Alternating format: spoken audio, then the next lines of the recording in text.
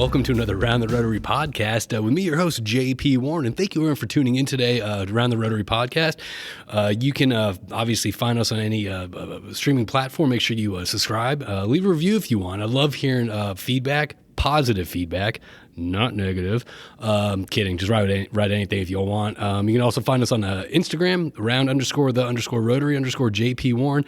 And I got to say that Round the Rotary podcast is brought to you by Capital Petroleum Consultants. CPC specialized in project engineering, well site supervision, and all disciplines in the oil and gas industry. Contact us through www.capitalpetroleumconsultants.com to see what CPC can do for you today. Wow, is that good, JP? See, yeah. It's that DJ. It's the best one you've done. It's that DJ voice, and I'm doing it from memory these days, like a big boy. I'm a big boy. And for those of you that don't know this voice sitting across the table from me, this is Cullen Cone, the Vice President of Operations A&D, and he's for Tri-C Resources. So let me get that right. So this is Cullen Cone, the Vice President of Operations A&D for Tri-C Resources, and we're actually recording this today at the Petroleum Club of Houston. Yeah, right? Such a cool spot. Dude, I did this about 2 weeks ago, and I shot them a note, and I was like, hey, I kind of really dug doing it there. And Cherie, she's like, hey, let us know when you want to do it again. I think so. I love what they're doing with this, how they're kind of promoting it and trying to get it out there.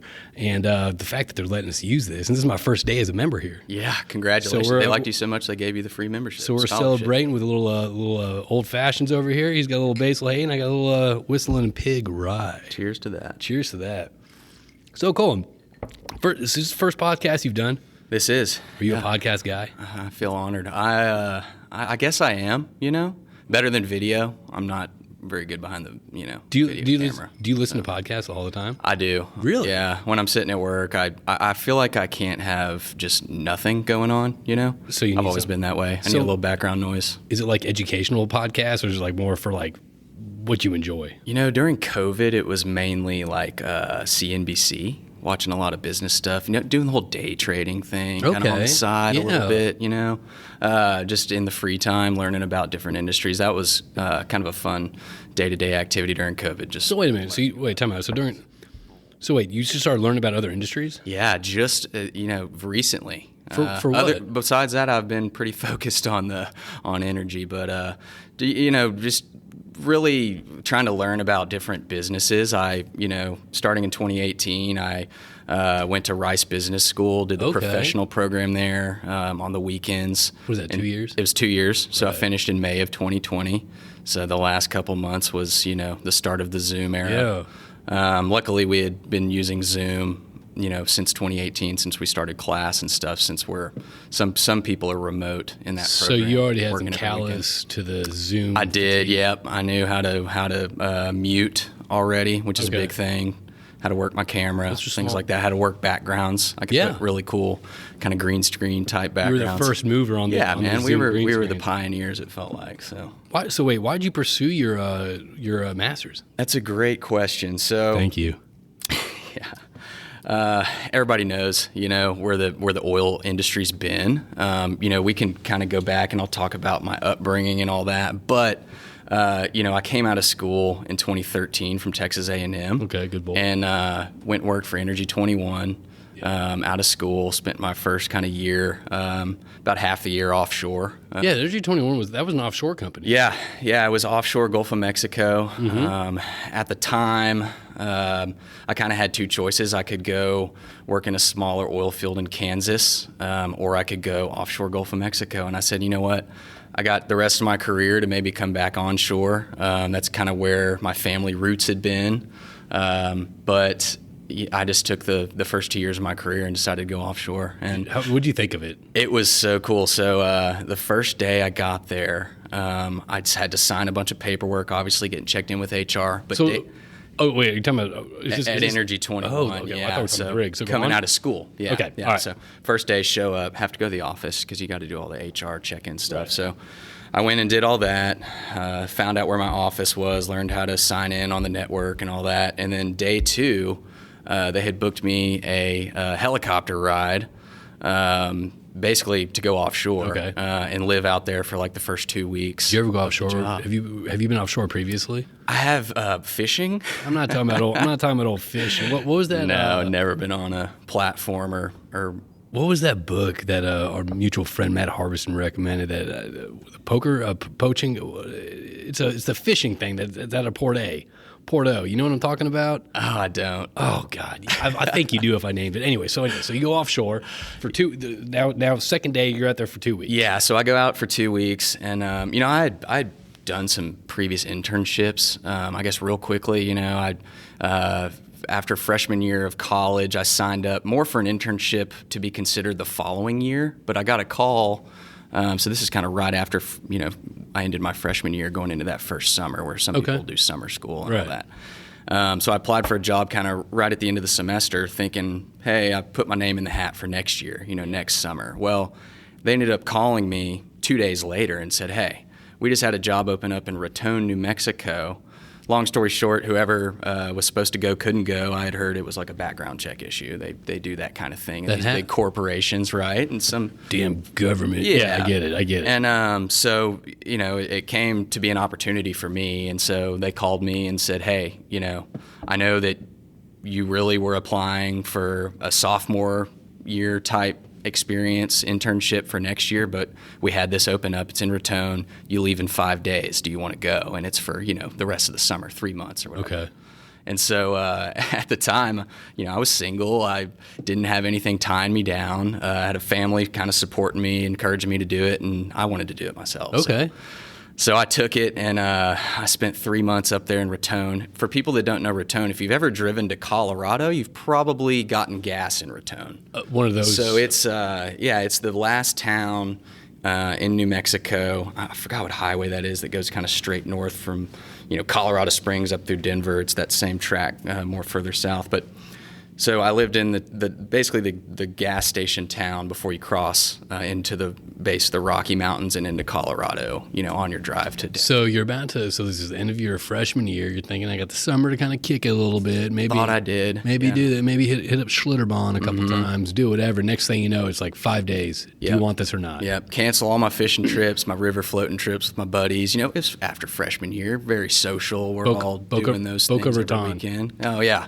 Boca Raton, South Padre Island. We were, everything in between. That's what I'm talking about. It was a lot of fun. But, yeah, so had to kind of put that on the back burner for a little bit, spent some time up there. And so what were you doing as summer, 18, 19 years old, living in Raton? As a basically single-year educated, trying to be an engineering student but didn't make the best grades. So, basically, I was there to learn. Okay. And the job was with El Paso Corporation back in the time. Now they've spun off to what's now known as EP Energy. So back then, basically, I was just a field intern. They gave me. What was cool is that I got to kind of pick the project that I wanted to do. The main goal of a 3-month internship when you're in college is to basically get as much experience as you can, obviously, but also create some sort of deliverable at the end. To show that this is what I've been working on the past 3 months, this is the results, this is what I recommend. That's exactly right. And, A&M, the A&M Petroleum Engineering Department does a great job of encouraging students to do that and move along with a project and create a deliverable at the end. Because they do what's called the student paper contest. It's a big contest that's held at Texas A&M in the Petroleum Engineering Department each year. I was going to say I went to A&M and I never participated. Yeah, so this is student paper. Yeah, I got it locked down in Richardson. And I'm not saying I was in the cool scene. I mean, I was living on the quad. I was in the Corps of Cadets for 4 years, buddy. So I hear you. Yeah. So you did the student. Yeah. So I say all that because the student paper contest was basically a big event where all these students presented projects that they had created over internships, or if you didn't have the opportunity to get an internship, they would allow you to do projects within like the laboratory facility. So you're still doing something. You're doing something at the school or whatever, to where you're making a presentation in front of industry representatives, So the roots of A&M obviously tie deep with the alumni, especially in petroleum and the energy industry.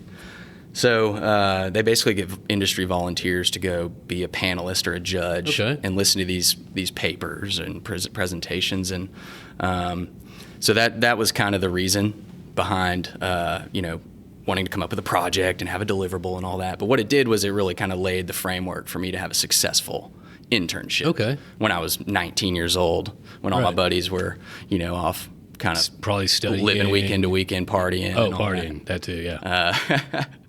But living the clean life. Living the clean life. But no, it was a great experience. And I came back sophomore year way more motivated than I was after freshman year to kind of hit the books. Why is that? Because I kind of saw the effort that it takes to succeed in school is just different than the effort that it takes to succeed in a real role applications, in a real application. And I basically got through engineering school by the skin of my teeth, and I'm not the best student, but when it comes to real world, real projects, I feel like I am good at that. There's a lot of people who are like that. That when it comes to the academia world, they're not they don't reflect on how intelligent they really are, just because that's just how the academic world is. Yeah, it's exactly right. It reflects how good you are at taking tests. It's exactly right. Yeah, and memorizing and regurgitating, and nothing wrong out there with those 4.0 cats out there. People strive to do that, but you're right. It's useful. If you're good in the academic world, the university and all that stuff, it doesn't mean that you can translate that, correlate it to field experience. That's exactly right. Yeah. Okay. And so, really, you just said it, field experience. The field experience to me just sparked something inside of me where I was like, okay, man, I can do this. This is cool. So after that, you just fell in love with the industry. I did. And so came back, did I think another internship with El Paso the following year. Reservoir engineering in the Haynesville. That was a Houston job. So I had my appreciation. My hard hat was dirty from working the prior summer, so I had the appreciation for the AC in the middle of the summer in the Houston office, which at that point in time, they had just gotten a brand new office. That was right there, right? The Kinder Morgan? And I think it's the same office. I think it is. So it is. Really cool. Yeah. I don't know who's down there now after this COVID. We're recording this on, for those that are listening out there, April 28th. So I'm not even really sure on how active downtown is lately. Yeah. And my wife supposed to work downtown, but hadn't been there. She's actually going back in a couple weeks. She's still working from home? Yes. Okay. She's an attorney. So, all right. So anyway, let's get back to it. So you're motivated now. You got the experience. You're loving the industry. Yeah. Sophomore year, you're doing an internship in the office. That's it. And I think I'm doing everything right. You know, I'm getting field experience. This is my second internship sophomore year, which is like the most you could have at that point. So I felt like I was doing the right thing, right? And so basically what happens is at the end of the summer, had a great summer, same type of deal, had a presentation. At the end of the summer is when El Paso Corporation would inform their current interns whether or not they would extend you a full-time offer, another internship, or whatever it would be. And so what happened was Kinder Morgan ends up coming around and buying El Paso Corporation. And I had already accepted kind of the next job and all that. And I was like, okay, this is great. It's going to roll into a full-time job, and I'm not going to have to stress about career fair and all that. What ended up happening was, Kinder Morgan buys them. And this has happened, I think it was in October. I'll never forget. And at the time, we were like, okay, what's going to happen? I guess maybe they'll just they're taking the E&P company. I'm sure they'll let the interns come on. And about a week later, we got a letter and said, hey, sorry, we have to rescind the offer. We don't know what's going to happen. We can't basically guarantee you anything next summer. So did you feel at that point it was like you're back to square one? It felt really bad. Was it defeating? Yeah. Was it like, it was shit? Deflating. Okay. Okay, I get that. Timing-wise, I got that news basically, it was either 2 or 3 weeks after the big career fair was in town. After? After. Oh, okay. And so basically, well, thanks. all my buddies have been going through interviews the last 2 weeks with all these companies to fill the spots that now I have to start looking for. So you're behind the eight ball. I'm behind the eight ball. Gotcha. And so luckily, I had the 2 prior internships, and so I kind of reached around with some guys I knew in the industry, and ended up landing with PXP. Yeah. Plains Exploration. I remember Not to be PXP. confused with Plains All-American Pipeline.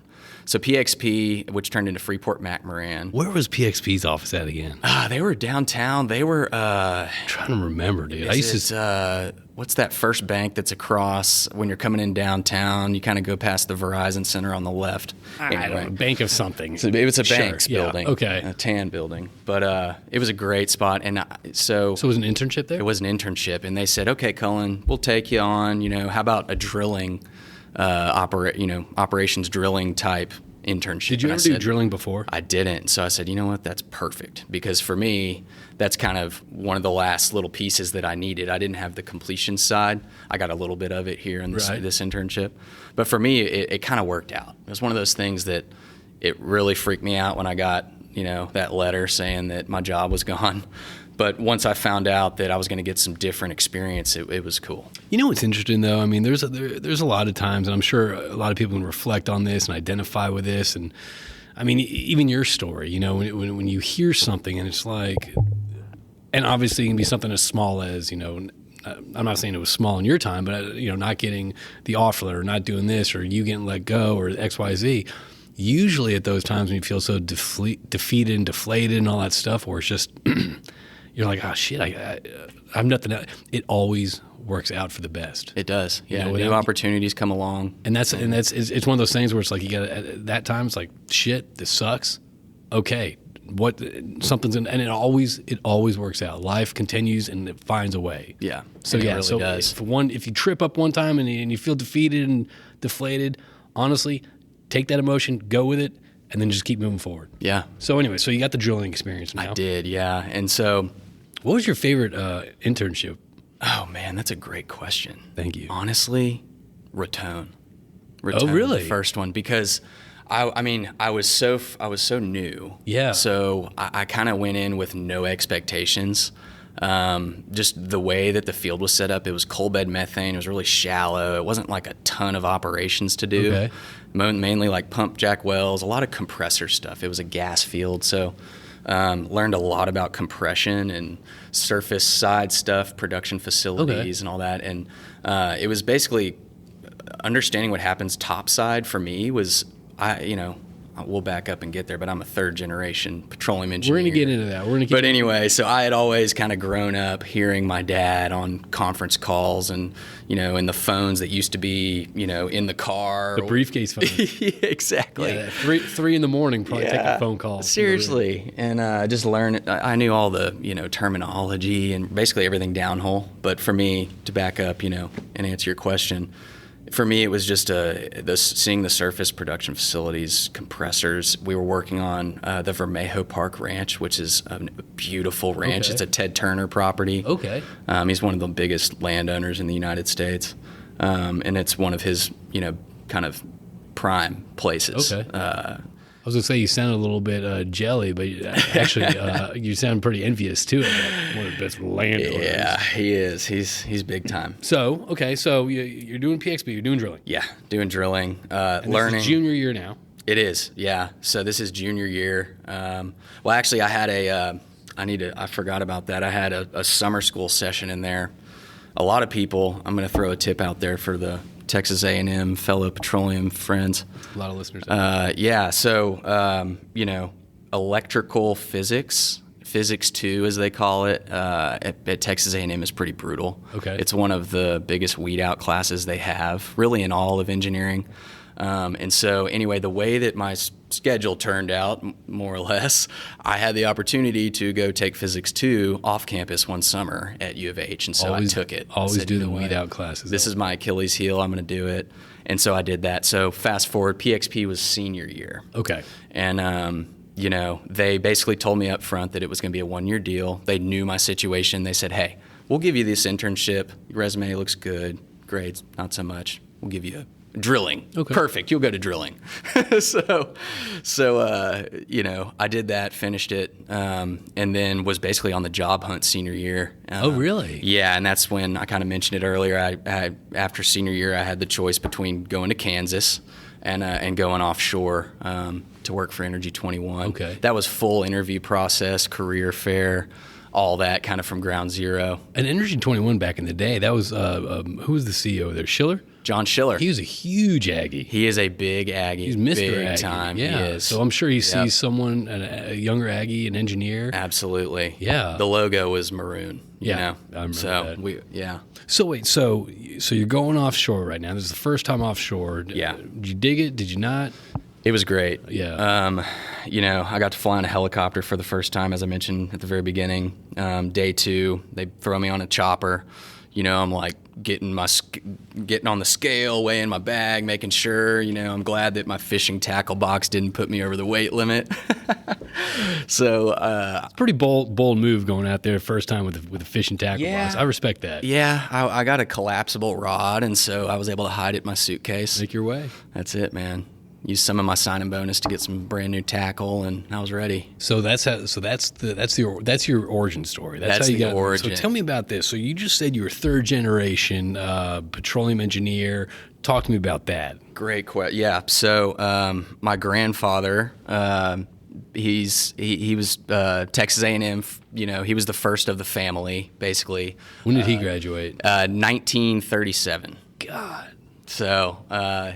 I love thinking about how whether A&M or how things were back then. You know what I mean? Like, because you think about now at College Station, it's an hour and a half away. Back then, I'm sure it was a 4-day journey, like Oregon Trail. You know what I mean? You got your buddy dying from dysentery, snake bites. Like I feel like 1937. Yeah, it was all Corps cadets. That's all Corps cadets. All men. Yeah. So my grandmother married my grandfather very early on, kind of right out of high school. Sounds very normal for the time. Yeah, for the times. Yeah. And you didn't have social media and all the other stuff that's going on these days. But send smoke signals to get a date. Yeah, exactly. Yeah. You did. Yeah. You did.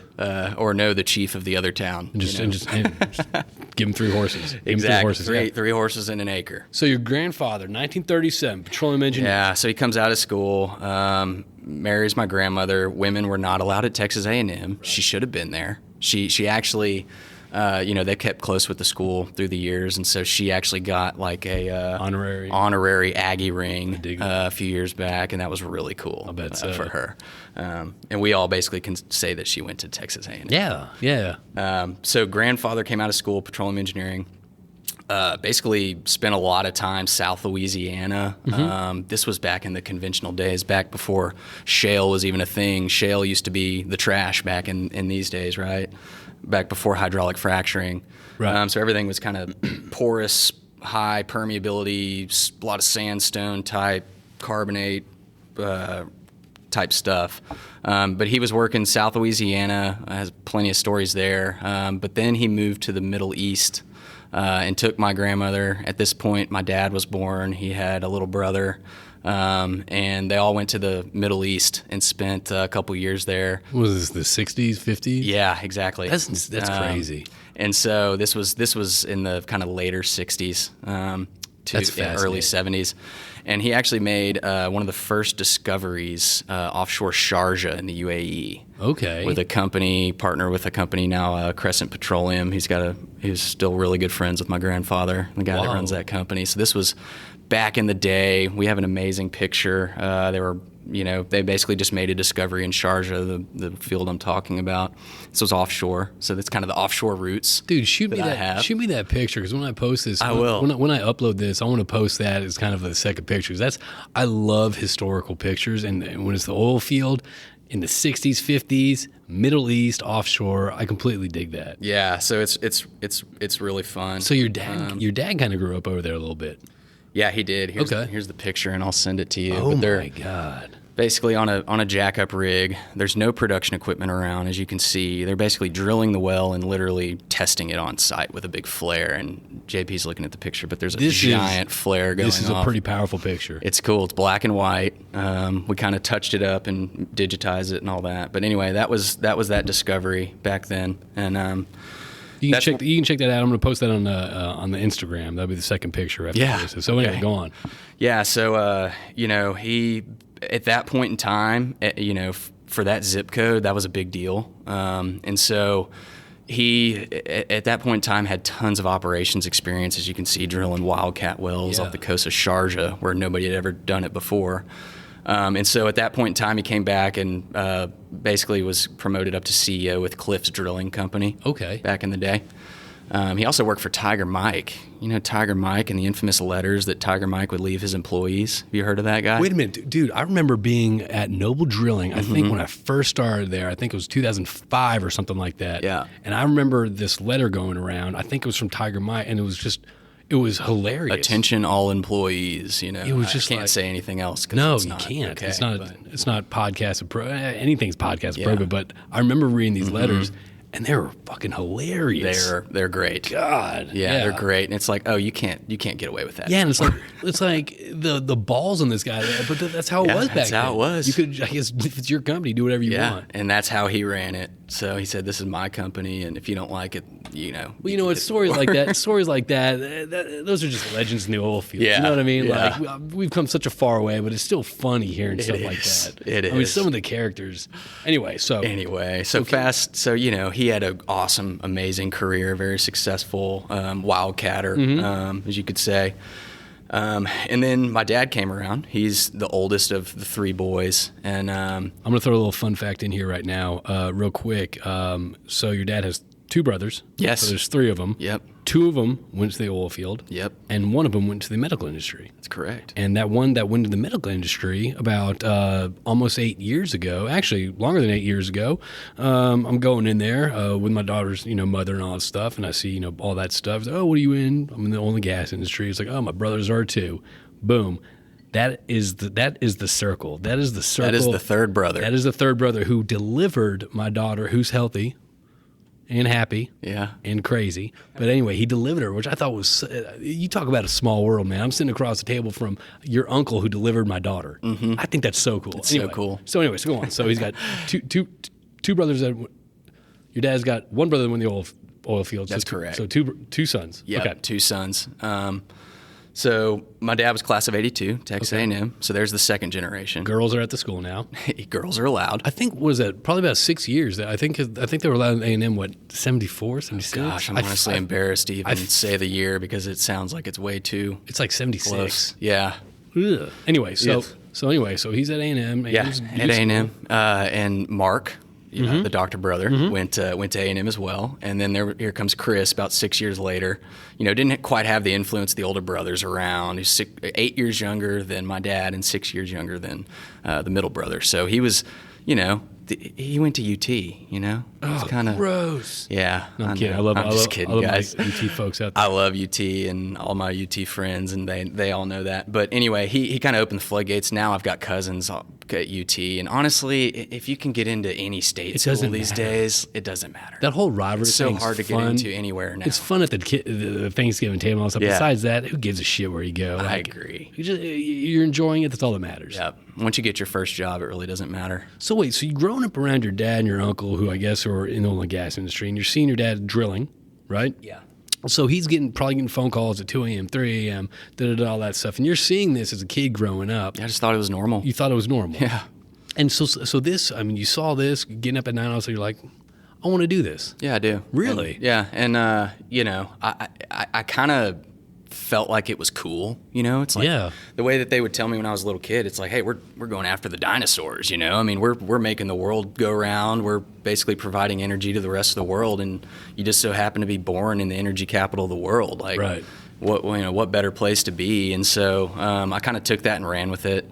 Used that momentum. I was the first grandchild to my grandfather, so here comes the third generation talks and all that, and grew up going to Texas A&M football games and petroleum engineer. Yeah. That's gotta be so much pride. That's gonna have so much pride for your grandfather seeing that. I hope so. Yeah, he does tell me every now and then. It's probably pretty surreal for him too. Yeah. All right. Yeah, it was pretty cool, and he still talks about it today, so I know it meant a lot to him. So it still does. So after Energy 21, I guess working offshore, then what? Where'd you end up? Yeah. So I'll give you the quick kind of 60-second version of Tri-C Resources before I was there. Okay. Because one of the C's, is Cone. Was my dad, and my grandfather was one of his original investors back in 1986. Okay. With another man, and they basically had 3 C last names. Put them together, Tri-C, let's go do it. And they, I get it. They basically did a couple high-risk wildcat prospects between here and Victoria. Okay. Were successful on the first few, and they basically just, took the cash flow they were making and rolled it into the next deal, and like a snowball going down the hill. But without those successful first couple wells, it probably wouldn't have happened. It probably wouldn't have happened. I mean, they were, writing their own checks. That's something that they kept in the culture kind of all the way through, even now. Okay. Is writing kind of your own way into it. But what does that do? Does that I guess give you the restraint on when it comes to capital spending and all that stuff? It's like it's your skin in the game. It is, yeah. So you're kind of more conscious on, is this a good idea? Is this a bad idea? Yeah. Okay. Yeah, absolutely. And in times of success, they used to say, I've never experienced this, but they used to say that you basically can't drill any dry holes. Sometimes when it's going good, it's just going good, and you get on a roll, and you just appreciate the roll that you're on, and kind of always remember where you came from. But when I was ready to leave Energy 21, they had been a conventional exploration company drilling wildcat wells. They'd basically go drill proven area with a couple wildcats and then sell it. Right. And they'd done that like 30-something times, kind of throughout. They weren't huge deals, but they were that's the old great school, deals. That's the old school business model that used to work, and that's what brought people into the industry. Exactly right. And then basically what happened after 2012, 2013, kind of the shale booms that happened at this time, and conventional, as everybody would say, was really on a decline. People were leaving the business, kind of raising money to go put it into unconventional. And Tri-C just kept going, and they basically would put together 3 to 4 year programs with partners that had been around for 20 years, some new, some old. Some would roll out, some would roll back in, and it was all friends and family. So that's my second question. Yeah. You're getting all these, your dad's getting all these people coming in. This is before you got there, I'm assuming. Yeah, this is all these people. days. And that to me, again, we around the Rotary, and obviously on LinkedIn posts and all that stuff, I'm always talking about networks. You know what I mean? And so he got these, I guess, partners and all that stuff just through kind of his networks and kind of, you said friends and family. That's exactly right. And they weren't all energy guys. Some guys, they would be your competitor, and they're like, well, I want skin in your game too. But I love it. I want to invest in everything I can. But is that risky though when you're dealing with family and friends when it comes to money? I mean, is that just kind of understood like, hey, this is kind of, you know what I mean? Does it cause any, does it muddy the water at all, or could it? I guess it could have if we had some partners that gave us a hard time. Right.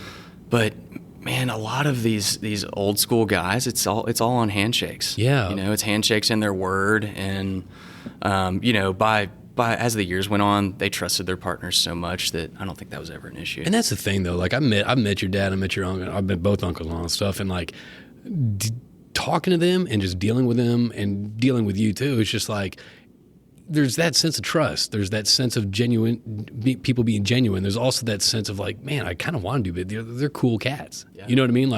So I would assume that helps too, because if you're sitting across the table with someone that is just financial, it's like, you gotta watch yourself a little bit. Yeah, they might be looking out for their balance sheet and not yours. Exactly. But if that relationship there and the trust is there, then you can do so much more. Absolutely. Okay. Yeah. So trust. I mean, across the industry, I think most people would agree that that's a big deal. Yeah. I mean, even name. Yeah. No, it is not your name. Everyone's name. Yeah. I love that. I love how you're like, my name. No. I said, you know what? Anyway, every person's name is important in this industry. I feel like, and that's all you got. Your reputation is everything. That's true. And if you go shake a guy's hand and say I'm in on this deal, and then when it comes to get a cash call, you're out. That's tough to swallow, and it's tough. That's just tough in our industry because that's not how they used to operate. So what I know. So what happened? I guess did you get enough experience at Energy 21, and your dad's like, hey, So what happened was they were on just starting a new program. A 3-year program. Okay. No, Tri-C. Okay. And at the time, Energy 21, when I got there, it was great. Went offshore. That was back in the 100 to when it went up to 110, 120 for a little bit. back in 2013. And then I was there for 14, which was kind of the first crash. It was the Friday after Thanksgiving. Yeah. Yep. OPEC had their little meeting. That's it. Yep. The first crash. And along with the first crash, just Energy 21 at the time, great company, but they were levered up. And they were taking leverage to take care of other leverage, and it just got real murky. Yeah. And I think the Dagger was an acquisition they made. They bought EPL, and I just think the way that the market fell out versus like the premium they paid for it, I think that it was like a double cross. Okay. It was just totally didn't work out, and it instead of sinking slowly, it made them sink much quicker. And so to me, they'd gone through a couple layoffs. Some of my like mentors for the last few years that basically taught me everything I knew at that company got laid off. And that's kind of hard. That kind of changes like the feeling and the environment of it's really office. Hard, yeah. And I was young and I didn't take it personally, but it upset me a little bit. And not to say that was the reason. It wasn't. It was just kind of an emotion that I felt, a raw emotion. Which is fine. When you see kind of guys that you don't think deserve to be laid off. And, well, dude, you saw that all through this whole COVID I know. shit. Well, and it happened to us at Tri-C through COVID. But that was kind of my first dose of, oh my gosh, this industry can actually be bad at sometimes too. And so that was all going on, and kind of to me the writing was on the wall. And so fast forward to like fall of 2015 is when I talked to Tri-C, and they were basically saying, hey, we're about to go drill a couple wells. We'd love for you to go sit the rigs. Okay. And so I was like, I'm in. I need to do it. Like I was working offshore at that point, basically working on a budget, every quarter, and I was doing great. It was awesome. Yeah. Budget got a little skinny. And I felt like those were my prime years to go out and get as much experience as I could, before I kind of settled down and got real serious and married and kids and family. And so I made the decision. It was hard. I went and told all my guys, at Energy 21. They didn't blame me, especially. Was that a surprise for them? I think at the time, yes. But I think everybody at that time was probably keeping their ears open, quite honestly. Okay. I mean, it was a rough time, but let's just say they were. I mean, I don't know. It sounds to me like you're kind of like me, it seems like, when it comes to like leaving a place. Unless you're extremely unhappy or you just can't stand the management, you're pretty loyal. You know what I mean? And it's like, the toughest conversations I've had in my career are when I left Noble and then when I left Pinergy, because I love the people there. I love the company. And it's just like, it was very difficult. It was like a breakup. Yeah, you know it was. It is every time. It's not you, it's me. It's not you. No, I don't want you to change. You know what I mean? Like, it is a breakup. It's just a different type of relationship. Yeah. It's a professional relationship, but it is a breakup. And sometimes breakups are good for both parties. Sometimes they're not. I mean, most of the time it's a great employee that just leaves. But but even though it's a professional relationship, you're at that office, minimum 8 hours, whatever that is. I mean, you're still your life. I mean, you're still emotionally vested into that. Yeah, so it's not just are. Business. Yeah. I mean, you're leaving your friends. Mm-hmm. Yeah. And I still keep up with those guys. Yeah. I was exchanging LinkedIn messages with literally one of the mentors that I just said was talking about today. That's awesome. I love how you keep in touch with them. I do. And it's great. So, and then I met so many really awesome guys on the service side. Yeah.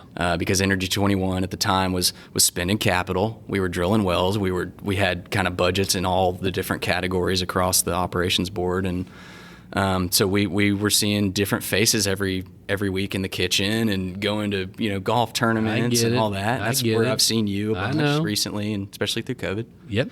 But so it was a tough decision. I mean, I feel like I made the right one. So that I came to Tri-C in August or September of 2015. But it's also probably fun working with family, I'd imagine. It was. Yes, it was. It has its pros and its cons. I can imagine. Yep. Because when things get tough, they get tough. You're going through it with family. It's almost like, we've been through multiple downturns. I mean, you could call it one downturn, two, however many we've had since 2014. But, you don't really get the relief that you get when you're not working with your family in a downturn when you go home or you're seeing them in a family setting. carries over, or what's supposed to be family setting and everything carries over. So, but at the same time, I wouldn't like give it up for anything. Okay. The experience I had working with them, came in August of 2015, felt that I honestly didn't want to ever go there to Tri-C, at least that early. I felt like I was going to be judged for, it's because you're a Cone. And so I kind of had not a chip on my shoulder, but I was like, when I went in, I said, you know what? I feel like I worked really hard at Energy 21, but I'm going to step it up even more here because I felt like I needed to earn my stripes. Well, our mutual buddy, Chief, he came on the podcast and he was talking about that. He's like, I kind of, my dad had such a great name in the industry. He's done so much and all this stuff. And I kind of had to separate myself. I had to get out of his shadow and kind of create my own path. So I guess you were kind of in the same boat. You're like, yeah, I could go work over here and all, but I still want to kind of carve my own little path and get my own reputation before I hop over there. Okay. And it just so happens that we had that real bad downturn in 14 and they, operated differently. They weren't in the same downturn that these public companies were in like Energy 21. These guys were operating kind of on an island with their partnership, and they were drilling conventional stuff. And I guess the price of oil that you sold at the end of the day, that changed. But as far as like the mindsets of them going out and drilling wells, spending capital and giving me an opportunity to learn, that wasn't changing, right, even through the downturn. And so, I took in the mindset, I'm going to go in and just crush it, do whatever I can. I'm going to be the first guy in, last guy out, spend as much time as I can out there. Sit in the rigs, learn the operations. Yeah. Okay. And so that kind of motivated me a lot to hit the ground running with the Tri-C group because I was coming into a company that was established. And, I would also assume, someone, you're going out to the rig, you got the same name as, one of the executive CEO, whatever you want to call it. What was your dad's title? I guess whatever, president. President, you're going out there, you're sitting, it's like, so I'm sure there's something like, oh shit, this guy's son and all that stuff. And so you also, Chris was the COO, still is. Okay, so CEO boom. now. So you're going out there, so you already have, I'm sure, this whole stigma of like this kid, it. you know what I mean? This it's the shit's coming out. Yeah, but so you actually have another battle to win out there. Yeah. It felt like that. It felt like I did have another battle. And so how'd you do that? Just kind of keep your head down, just plugging through? That's exactly right. I found my niche. So basically at Energy 21, when things weren't going well, I decided to kind of, reach out to some of the reservoir engineering guys. That was kind of, I had done a reservoir internship, as I mentioned earlier, with EP Energy or El Paso in the Haynesville. But other than that, I had never done much. And so the last 6 months at Energy 21, I was dabbling in some of the reservoir software, knowing that Tri-C did not have a reserves database, no reservoir engineer. They were basically out drilling, off seismic, single well prospects. They just really didn't need one, quite honestly. Okay. But they had kind of built up a borrowing base over the few years as wells come online. And so all of a sudden, the bank was calling for a reservoir report every quarter. And so they were actually looking for a reservoir engineer at the time that I came around and said, I'm ready to come over. Okay. And so I found that as my opportunity to come in, build the reserves database for them, using PhD Win. Some people use Aries. It's just like very common databases across the industry. And so that was kind of my opportunity to do something that no one else really had done or even could be able to control for me. Like I had to do that job because I was the one that So you had your shot to come in and kind of create your own value off the bat. Right off the bat. And, made some really fun decisions like in the field, and immediately with Chris, there was no like learning curve as far as socially with him. He's my, my uncle, and together when we're working on something work related, like that is it. Yeah. He's not my uncle. Right. I mean, he is, but I honestly don't ever really think about it that way. I find most people that when they work with their parents or their wives or something, like, well, first off, you call your wife their name, but like when most people work with their parents and all this stuff, it's always like, oh yeah, bills coming in. Like your dad? Yeah, my dad. Like, you know what I mean? Like that whole like home stratosphere just goes out the window. It's right. Like, Chris, let's do this. Mm-hmm. Yeah. And so, but all those they're kind of mental hurdles. Some people might hold it against you, some might not. And I just, growing up, I knew that, hey, I'm third generation coming in here. Like, that's something that I'm going to have to fight if I want to do this, And I did. I was interested in the industry. I wasn't going to let, the third generation thing turn me away. Okay. And then the opportunity with Tri-C just kept going and going, because that was 2015. We finished up that program in 2017, and I got kind of another time to step up to the plate. And at that point in time, the conventional deals that we were doing were kind of drying up, honestly. The success rate was going down. We were, instead of acquiring new 3D data sets, we were spending money to reprocess like the very tips of them. Okay. And, like, cross them over, reprocess it, and see if we'd come up with prospects in like the gray area. So kind of picking stuff, trying to find something. Trying to, like, taking something that would have been a C grade prospect and reprocessing it until it turns into an A grade, and then going to drill it. Lipstick on it, yeah. And so the success rate went down. We didn't want to re-up. We said, you know what? This was when oil was like, I don't know, $60, 55-ish, and kind of had been just kind of riding there back in, everybody can look it up, kind of through 2017 was the time frame. And we decided for the first time ever since Tri-C started in '86 to go on a private equity roadshow and try and recapitalize the company with private equity. So time out. So let me stop you right there, just so I can catch everyone up in the story and kind of paraphrase. So pretty much historically, Tri-C has been pretty much friends and family, handshakes. This is what we're doing. You want in, you want out. Now, 2017.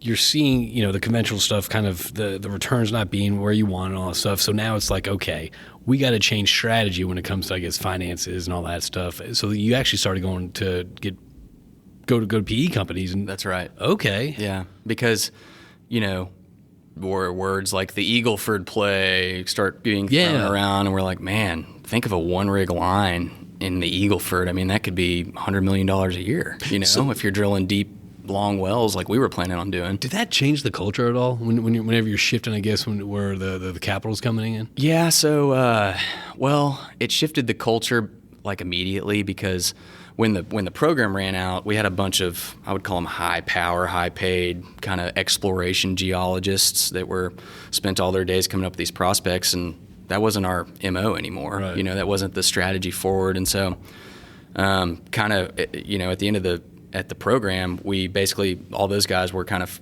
let go, more or less. I mean, they were on a contract kind of basis to some degree based on prospects, but I guess let's just say like they were no longer working there with the strategy forward, since we were pivoting to the Eagleford. And so, that was a change. And then it took us about probably 2.5 months to raise the capital.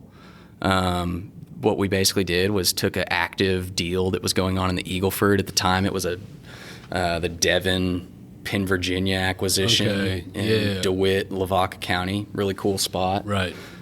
So we had no intention of winning that bid because we didn't have the capital yet, but we basically used the pitch deck to create our own model with what we thought we could do with the property. And, the first half of the pitch deck was the history of Tri-C, and we pretty much engineered a pitch deck to try and say, hey, go to somebody that doesn't know us and say, here's our background. We were successful doing this, but we want to do this now. So a pitch deck for those that are out there that don't know what this is. Stack a PowerPoint slideshow, basically. Okay. 50 slides long. And that sounds so fun. Yeah, it's just a business opportunity is what it is. And you frame it in different ways and say, at the very end, it's kind of a, hey, this is what we'd like to get from you as far as a commitment to do this deal or another deal. But we're also open to other structures. And you're saying, okay, I'm with you. I'm with you now. Yeah. And so it was a really cool learning experience because we had to pivot the company, one. Two, that's, I mentioned I got my MBA. Finished in 2020. So let's kicked that off, really. So that's the original question that we had when we started this podcast 48 minutes ago. Right. So that's why you went to go get your MBA, because the company and where the capital is coming in from, and the whole pitch deck, and because of all these changes you felt that it was kind of necessary, or you're like, I kind of want to go pursue this a little bit more just so I can speak to the suits a little bit more. What was hand in hand. It was an oh crap moment. When I knew the program was going to be running out and we didn't have enough good prospects that any of us would want to sign off on to move forward, it was then. And I said, you know what, I want to like learn more here, because I'm having a tough time getting momentum on something that's going to like have legs. I'd just been through the Energy 21 process. Tri-C was a conventional company since '86, literally winding down the main strategy of the company and trying to pivot. I knew that was a vulnerable time for the company and for my career too. So in your situation, you felt that it was necessary to get an MBA. I felt it was. Okay, so there's a lot of people out there right now that want to get an MBA just to get an MBA right now. I mean, I guess what's the elevator talk? I mean, regarding MBAs in your perception. That is obviously such a great question. Obviously, in your shoes, it was needed. I mean, you're one of the younger cats at this company. You're trying to pioneer it to the future. You're trying to change in a environment that's kind of people don't want to give any capital out, so you kind of need something like this. But what about kind of people out there just thinking, oh, well, I eventually want to get this position, so I guess I'm going to have to go get it. Like, what are your thoughts on I think traditionally people talk about the next job. You know, they're like, I want to get an MBA because I'm in this industry and I want to switch and get a job into this industry. Right. Or I want to be a consultant, or I don't want to be a consultant. I mean, there's like different ways, obviously. An MBA can get you into anything. It's basically a cash flow model, cash in, cash out, put any unit on it as far as like what you're selling. I mean, a lot of it, they break it down in school to where it's pretty easy to understand, you know, but you know, mainly with our private equity partner, that was something that obviously I needed to speak their language, you know.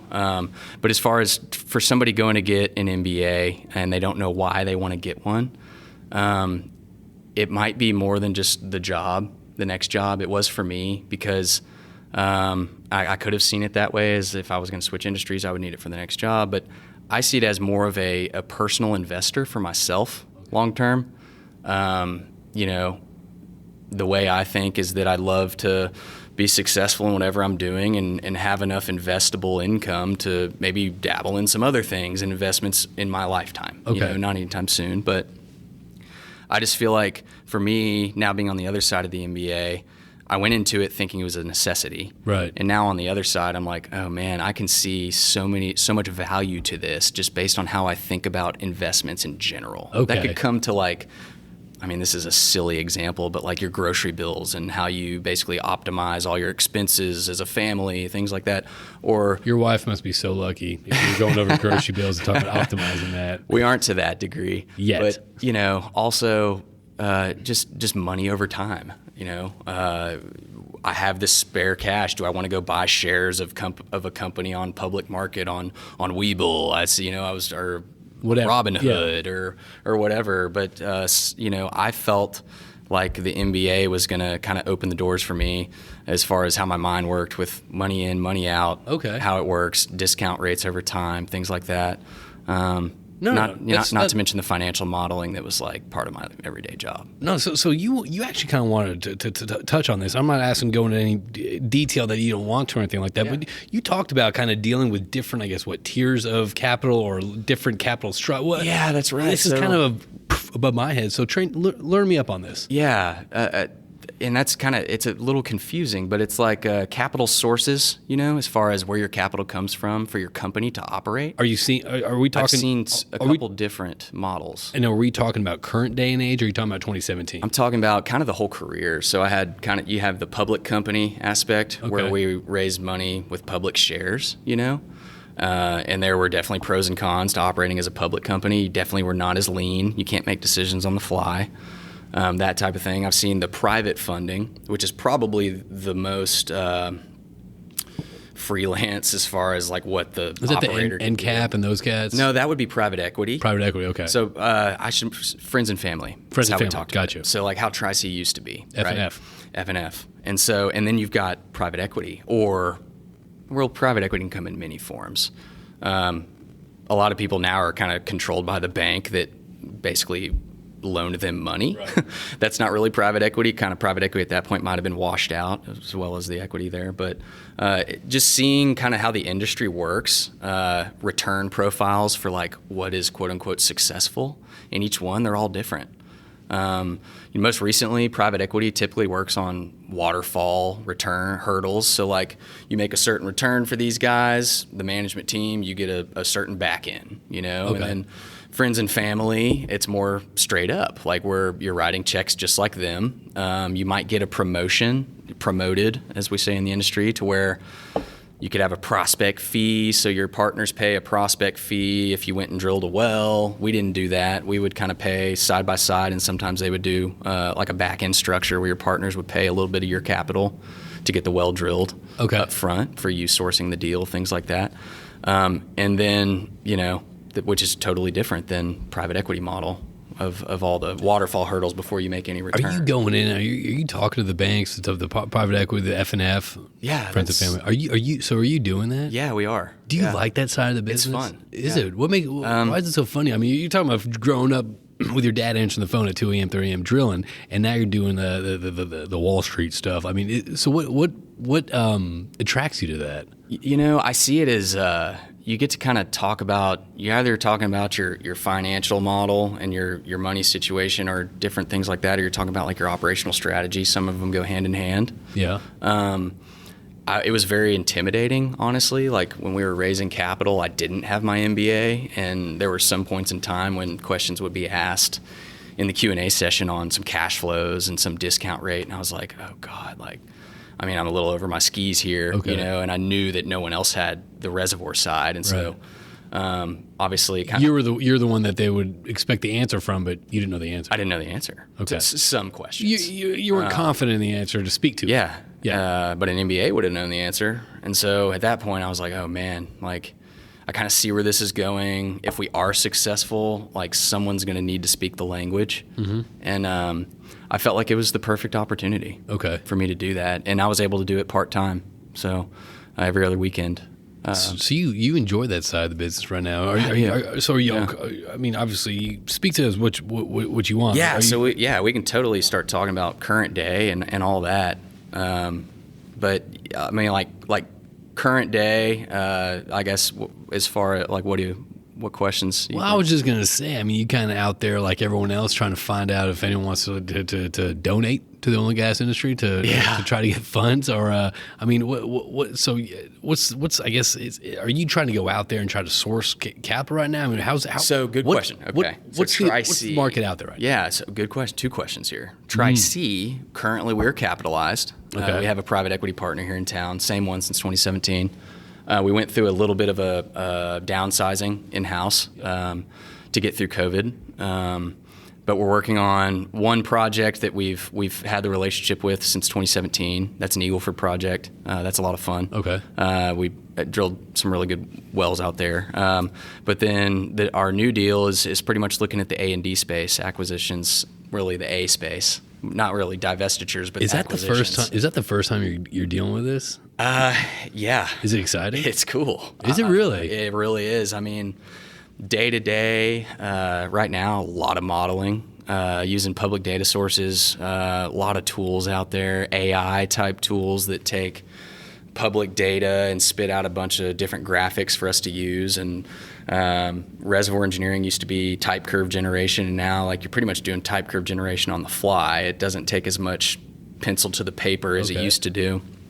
And sourcing data now is just amazing. It seems like data is coming to the limelight. Big data is here, and it's here to stay. Yeah, and in this industry, and so just using all the tools to dissect data and come up with conclusions and strategies based on the conclusions. That's what we're doing, and it's pretty cool. I was going to say, as an engineer, it sounds like you're kind of digging this the way you're describing. I mean, right now, I really enjoy what we're doing. I wish that we could find the right deal sooner rather than later. I think you and everyone else. Yeah, I think that, since COVID, there's been a large discrepancy between the buyer and seller and what number they're coming up with, right? And bid-ask spread, as they say in business school. Did you see that meeting that I did with Michael Scott coming out with 2017 price per acre in West Texas, and they want to sell for 2020 prices? I declare bankruptcy. I declare bankruptcy. Big Michael Scott guy. That was a COVID marathon. So this is.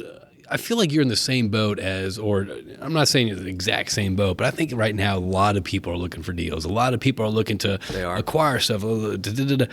But you're right. It seems like there's a disconnect right now. There is. It's the bid-ask spread. Yeah. So basically, and you have oil prices. Yeah. So people are hedging. The issue. Basically, what I tell everybody is that, hey, you're not buying you're not making an acquisition based on the oil price today. You're making an acquisition based on what the strip price is like 3 to 5 years from now. And that's not moving near as much as people think it is, as it is on a day-to-day. Do you have to convince people of that?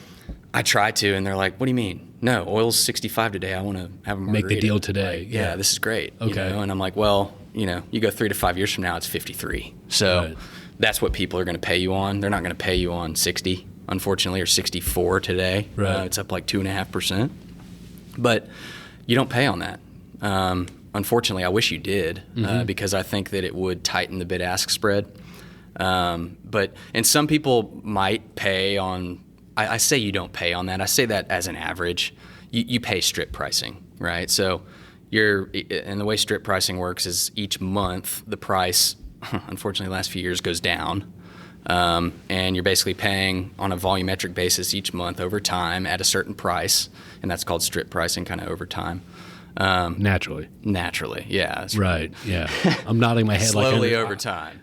I'm nodding my head like I understand what the hell he's talking about. Totally strip pricing. It always Anyway, I know I'm getting in the weeds. No, I did that. So how? Yeah, it's a little deceiving. How are you finding these opportunities in this industry, right? It seems like there's a lot of people right now that are chomping at the bit to make a deal. So there are.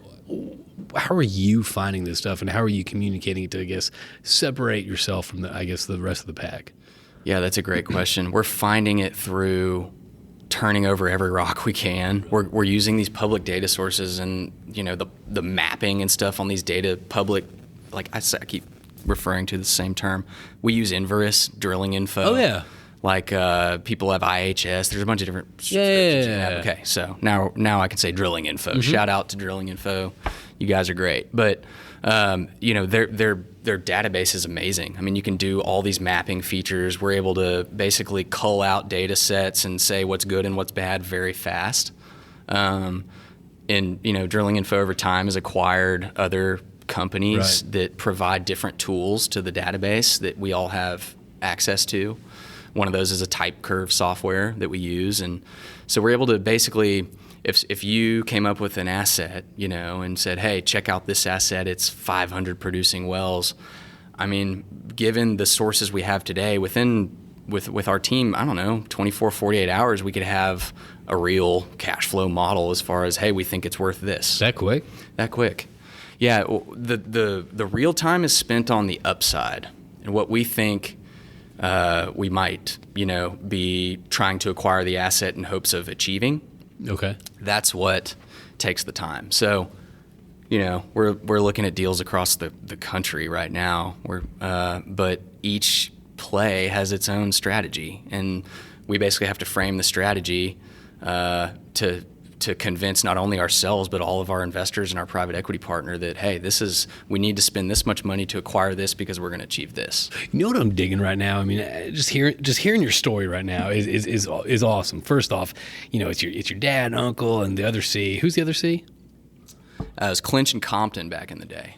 They've both gone their separate ways. First off, that's an unbelievable name, by the way. What's his name? Last name was Clinch, and then the other name was Compton. I thought that was his whole name, Clinch. I was like, that's a badass name. Yeah. No, but you know what's cool about this? Hearing your story, like I'm sitting across the table from you, and it seems like like the 1986 way that Tri-C was operating and all this stuff. It had to stop. It had to dry out. It had to go. It's had to run its course. It did. Yeah. Because now we're in this new. I would say probably about 2016, 2015, 2017. The model of how oil and gas companies is completely different. You know what I mean? The whole was it a drill and flip or whatever it's called, punch and flip or whatever. And it's cool hearing your story how you went to school to actually. It wasn't like, oh, I'm going to do this just because I want more money in my career. No, you went to school because you're like, I'm going to apply this stuff. Yeah. And not only that, it sounds like you're kind of like leading the charge of the new generation of Tri-C, the new era of Tri-C, which is awesome to hear, which I'm excited about. There's 4 of us there now. We used to be, 16 before COVID. So we've done a lot of. I remember your office. I remember those pictures from those little crawfish boils. Yeah, back in the day. Hey, I saw my old boss, my mentor, Bubba Smith, there. Yeah, and hopefully we're going to get back there one day. But we need to make us an acquisition first. But you're exactly right, JP. It's, the older guys like to say it. What do they say? Keep the ships keep the ship moving, Yeah. I guess, the Tri-C ship. And we did what we had to do back in 2017. And unfortunately, like, the downturn didn't go away. We ran into a global pandemic that no one could have ever predicted. Some people probably claim they did, but you know, it's such a tough time right now. I just think we need to weather the storm and retool the shed in order to handle the current you know, hurdles we have. But it's a weird environment. You know what I mean? Weird. It's one of those things that there's no playbook right now. It's the people I've known people looking for deals for 2.5, 3 years. Mm-hmm. Like that's crazy. I mean, going looking at data rooms and crunching this out just to put a bid on something. It's like, well, shit, we didn't get this back to the drum for 3 years. Only to find out you weren't even close. Yeah, for 3 years. And it seems like there's a lot of people in that boat right now. And it's the grind is there. Yeah, and you know, another hurdle that I've heard that's come about, and this is new. So since 2017, people might have heard of blanket check commitments or blank check commitments. Basically, like, you're backing a management team. They don't have an asset yet. Go find one, bring it to us. We're going to back you. Seen that. So apparently, and I don't know if this is true everywhere, just kind of the word on the street, that the pulse that I'm getting is that the blank check commitments are gone. If you come to these guys, you're not funded yet, and you have an asset in mind, and you can convince them to join your team and go and try and acquire that asset, that's all good. Yeah. And they'll back you if you're successful. But as far as the G&A, hey, we're just going to give you, you know, a pot of money to go try and find something over the next few years. It's just not there anymore, at least to the extent that it was. Should it be there? No, not right now. No, I don't. I mean, the A&D space right now has been, I think, much slower than anybody imagined. I think once deals start ramping up, like, ask me in 6 months, and I might give you a different answer. Well, when do you? Let me ask you a question. I mean, how do you think deals are going to start ramping up in this environment? I mean, it's obviously you got capital that's kind of out on the fringe. You got ESG and whatever. I mean, it's capital's still not coming in. I mean, back in February, I was like, dude, April's going to be blowing to go in the oil and gas industry. It's going to be positive. We're going to be seeing things going, and it's not there yet. Where do you think it's going to be gradual, or do you think there's going to be like some tipping point where capital's going to start coming back into the market? I think there was a bulk reallocation. So that's in a couple pieces. So there's a reallocation of capital at the institutional level. I'm learning something right now. I love this. Well, I'm glad that I hadn't lost you yet. Keep going, Teach. Okay. Keep going, Teach. Fill me in, baby. Okay. So basically, at the institutional level, these are the people that banks borrow from sometimes, or private equity companies for the main part. So, you know, I'm in the private equity call it game now. So a lot of my data points are private equity based, but I'll just kind of share this one with you. So I've been told that, like, at the institutional level, basically everybody's pulling money out of the upstream oil and gas space, reallocating it to either other industries or, you know, green type industries. Right. And so basically what's happening is the private equity companies are just getting, you know, squeezed as far as where they're able to get their money from. Okay. That is also applying really across the board. Public companies, you know, stock pricing has been hit so bad they don't really have much capital to play with. They can't rely on free cash flow. Some people can. So bigger guys can. There's a ripple effect. It's not just it's a huge ripple effect. End cap or whatever. It's the people behind them and the people behind them. Right. It's disturbing and this is totally in my opinion here. Yeah, no. You're not representing anyone but yourself. The ripple effect, and it's I think every capital source, friends and family, private equity, public share like companies. Yeah. It's all happening in the same way, in a different way at the same time. If that makes any sense. Same, but different. As far as pulling money out, reallocation, public companies, you know, look at the valuations through 2020, and everybody's trying to operate off free cash flow, but then we get, you know, negative oil pricing. You're basically relying on hedges at that point to make any money. You know, and then you've got the friends and family people that are basically constricting for reasons outside of natural reasons. They're hitting in on family fronts. It's a pandemic. Yeah. You know, everybody's people who deserve to have jobs are losing jobs, and I still know plenty that are in that situation. I've echoed this before. It doesn't matter how great of an engineer, how great of a manager, how great of a salesperson, how great of procurement, HR, whatever. this pandemic has let people go, what is it? It's just, if you're below this, you're gone. Doesn't matter how well you are. Forced retirement, Yep. So each one's different, but I think that the common theme across all of them is that the CapEx is tougher to come by. Yeah. I say CapEx, the dollars that you can spend on capital expenditures is tougher to come by. It's harder to, support search teams to go and try and acquire assets. People are starting to market processes in-house. Some of these big companies are no longer using banks to market their deals. They're marketing them in-house. Really? And they think that they're going to be able to save commission fees on that and all that. But, there's a reason why banks are there. I think in the long term, if they do enough deals, unless those teams in-house are like only focused on that, it might end up being a lot. But I don't know. It's just the whole landscape. The game is changing. So let me ask you a question. How does one prep themselves for this change? How does a company that's looking to acquire places? I mean, how do you adapt to this? How do you change with these times? Yeah, that's a great point. I think that what we've done is we scaled down. Okay. We're nimble. Everybody's wearing multiple hats, so we don't have. And Tri-Ci's kind of always been this way. We're not like a conventional big company where you have 100 employees in each division. There's a drill and tech. Yeah. We don't do that. Not to I'm not knocking shade at anybody's job, but it's a little bit different. The way I see it is like we're an inch deep and a mile wide, not a mile deep and an inch wide. Okay. And so we wear a lot of hats. We might not be a subject expert on. I don't like to say anything we do. I mean, I feel like we're good at some things and a lot of things and here and there, but like we're not really subject experts on anything because we're doing so much. What is it? You know a little about a lot, but you know a lot about a little. Exactly. Right. Yeah. Okay. And so I'm learning a lot about a little when it comes to, downturn and, bad times. I honestly haven't had many good times in this industry. Are you excited for our industry? Am I excited? Yeah. That's a tough question. I think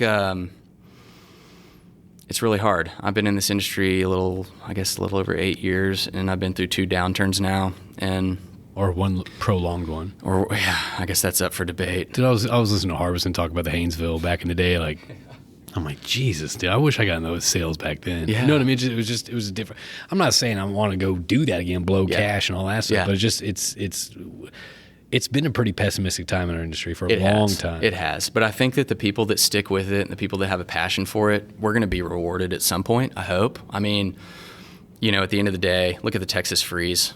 Like, nat gas isn't going anywhere. Yeah. Solar's not bailing us out, neither is wind. And so, I wish some of these bigger companies would fight a little bit more and not apologize for what they're doing. But at the same time, I think that there's going to be opportunity that comes, hopefully for most people. Some people might totally disagree, and I would probably agree with them if they lost their career and are in something else.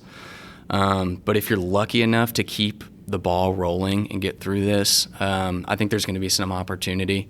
I've already seen, and I've got a couple friends that were laid off, and most of them have at least been hired, if not talking to multiple potential roles. And so I think that it's coming back. I also think that, the vaccine stuff, the geopolitical side of things, just people traveling more, they want to get out. Yeah, everything. And I think the freeze really sucked, but I think that it opened people's eyes.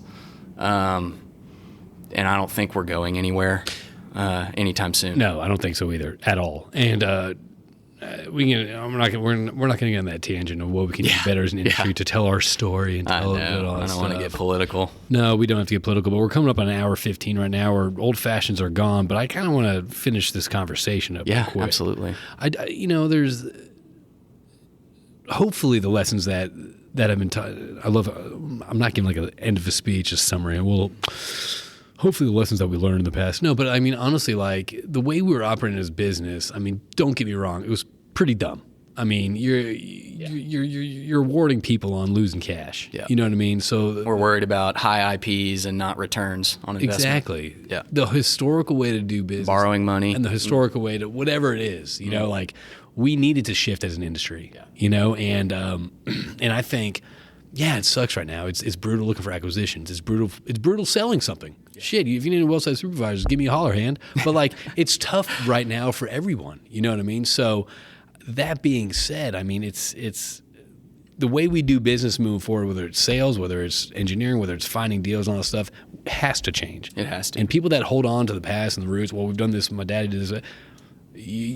That's not how things will be going forward. I don't know. I'm not one of those guys that puts articles out saying, "Oh, it's gonna be $70 in September," because I don't know. But I'm just saying, like the way I see things, I don't see it going back to the way it was, and that's not necessarily a bad thing. It's not. No. No. I think we're moving with the future. ESG's here to stay, and that's an outside pressure that has nothing to do with oil prices. It's more expensive. It's frustrating. Dude. It's like it's tough. I feel like the oil and gas industry, we've always been environmentalist. Look, I'm not saying always. Oh, what about blah blah blah in Nigeria in 1968? I'm not talking about that. But every person that I met in the oil and gas industry are circles that we know together. Are you a fisherman? Yeah, absolutely. Are you a hunter? Absolutely. Exactly. I don't want polluted oceans, And I started off in HSC, you know what I mean? So this ESG thing, don't get me wrong, it's good. And maybe I don't know enough about it, but I kind of feel like, man, this is the shit we've been doing. We just put a new sticker on it. We put a new sticker on it, and it's a bar, for everybody to accept you. Instead of, at the end of the day, civilization can't go on without energy. Yeah. And so we're keeping the lights on. We're not doing anything wrong. We're doing the best we can. But as an industry, it's a tough one to swallow. It's a tough uphill climb. But man, I don't think we need to be going there and fighting the whole we do this, but I think we just need to kind of address we do that and we're getting better at what we do. I guarantee you have a carbon footprint, whatever industry you're trying to compete with. I don't think we need to be against renewable, against this, against solar. No. We don't need to be against anything. We're at the same table. We're all energy. Let's stop being deaf to the opposition. Just come like, sure, maybe, but how about this? Have you thought about this? The more sources of energy, the better. Yeah, exactly. You like taking your family to Cabo? Yeah. That's because you're not paying X amount on heating and cooling your house. You have that disposable income. That's exactly right. It's a good way to put it. Anyway, man, that's my soapbox. I think that we need to be telling stories more, and I don't think we need to be fighting like we're right, you're wrong, because that shit you're going to create more divide at the end of the day. I think we all need to do our best to get ourselves out of this mess in this industry. Yeah. There's a lot of people that hate us as an industry. Probably that's the news. Unfortunately, more than less. If you go around the world, well, that's the news. We're misunderstood. Yeah. And I think that hopefully over time we can come to a compromise on what's the healthy balance between ESG and fossil fuels. It's kind of two similar things, but more like how do we incorporate ESG into the search for fossil fuels? Once you with less friction. Once you ESG those lithium mines in Africa. But anyway, that's not in our backyard, so we're not concerned about it. Anyway, Cullen, do you have anything else you want to talk about right now? I know we're coming up on an hour and about 18 minutes right now. We got empty cocktails. We're sitting at the Petroleum Club. Beautiful view. Beautiful view. Highly recommend everyone checking out the Petroleum Club. I love this place. Yeah, it's a beautiful setup. I don't, JP. I think I've said everything I need to say. I really appreciate you having me on. Well, everyone, again, this is Cullen Cone, man. Thank you for coming on, man. Thanks for telling your story, your family story. And again, we'll be posting that picture when we release this. And Cullen, I wish you the best. I hope a deal's made soon, and I hope things kind of get back to the point where it's you see things going in and out. You see deals going out, money going in. I hope things kind of loosen up a little bit for everyone out there. I appreciate that for everybody's sake. Amigo, I dig it. To next time. All right. Thanks, JP. Later. Thanks, everyone, for tuning in around the Rotary. We'll talk to you soon.